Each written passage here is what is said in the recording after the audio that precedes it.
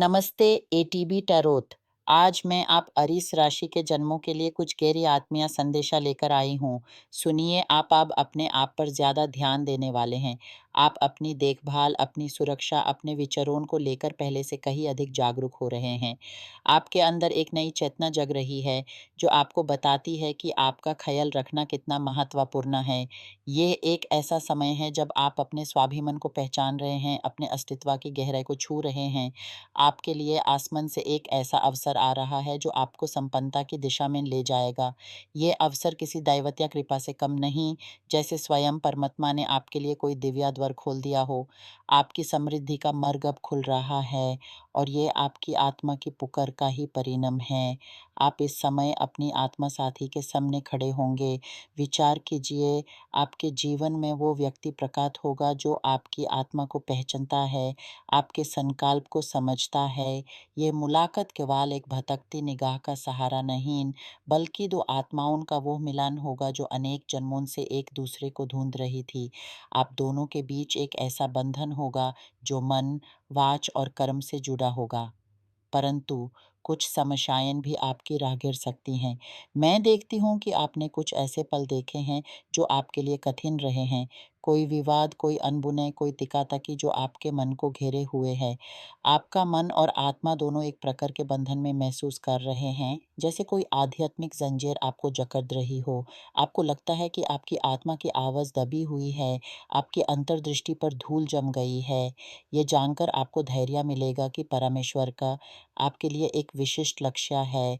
वो आपको किसी उद्देश्य के लिए बना रहा है, परंतु आप यूज़ पूरा करने में कई बार असफल हो जाते हैं। क्यों? क्योंकि आप दुनिया को बहुत निर्दयी दृष्टि से देखते हैं। आपके आसपास ऐसे लोग हैं जो आपके लिए कठिनाइयाँ पैदा कर रहे हैं, आपकी शांति को भंग कर रहे हैं। आप कभी-कभी रुककर प्रार्थना करते हैं, ध्यान लगाते हैं, लेकिन फिर भी आपको विश्वास नहीं होता कि मानव जाति का निर्देश क्यों इतना विकृत है। आप अत्याचार, दुख, पीड़ा से घिरी इस दुनिया को देखकर वेदना से भर जाते हैं। आप में पशुओं, पौधों और मनुष्यों के प्रति एक सहज दया भाव है, एक करुणा जो आपके हृदय को छू जाती है। आप प्रश्न करते हैं, क्यों? क्यों है इतनी अन्याय, इतना दुख? इसका एक ही उत्तर है, आप इस दुनिया के नहीं हैं। आप किसी अधिक विकसित, अधिक प्रगति, अधिक ज्ञान से संपन्न लोक के वासी हैं। इसलिए आपकी भावनात्मक बुद्धिमत्ता अन्य लोगों से बिल्कुल अलग है। आप में एक अद्भुत अंतर्दृष्टि है। आप स्पष्ट रूप से भविष्यवाणी कर सकते हैं। आपकी आत्मा को पता है कि ये संसार आपका घर नहीं है।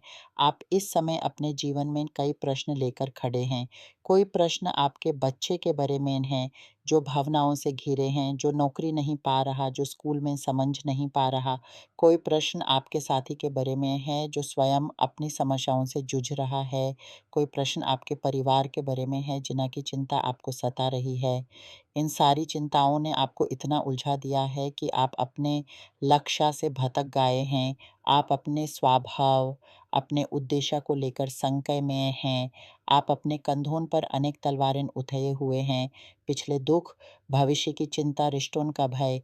आपको लगता है कि आपका संबंध कोई छीन लेगा, कोई आपके प्रेम को लूट लेगा। आप डराए हुए हैं, शंकाग्रस्त हैं, परंतु आपको डरने की कोई आवश्यकता नहीं, क्योंकि आपका निर्देश किसी और के साथ है। हो सकता है आपके संबंध में कोई तीसरा व्यक्ति प्रवेश कर रहा हो या आपके साथी की ज़िंदगी में कोई नया आया हो। आप इस वर्तमान से उदास और चिंतित हैं।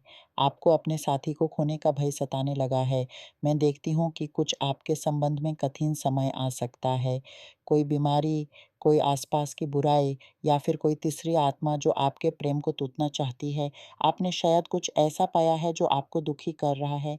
आत्मीय दृष्टि से आपको कोशिश करनी चाहिए कि आप अपना संबंध बचाएं, क्योंकि जो तीसरा व्यक्ति आया है, वो एक भ्रांति है, एक मिथ्या कल्पना। जैसे आया है वैसे ही चला जाएगा, परंतु वो कुछ ऐसे निशान छोड़ जाएगा जो आपके संबंध को हिलाकर रख देगा। एक ऐसा योग जो कभी मजबूत था, आज किसी तनाव का शिकार हो गया है। आप अपने घर में किसी प्रकार की गंध महसूस कर सकते हैं।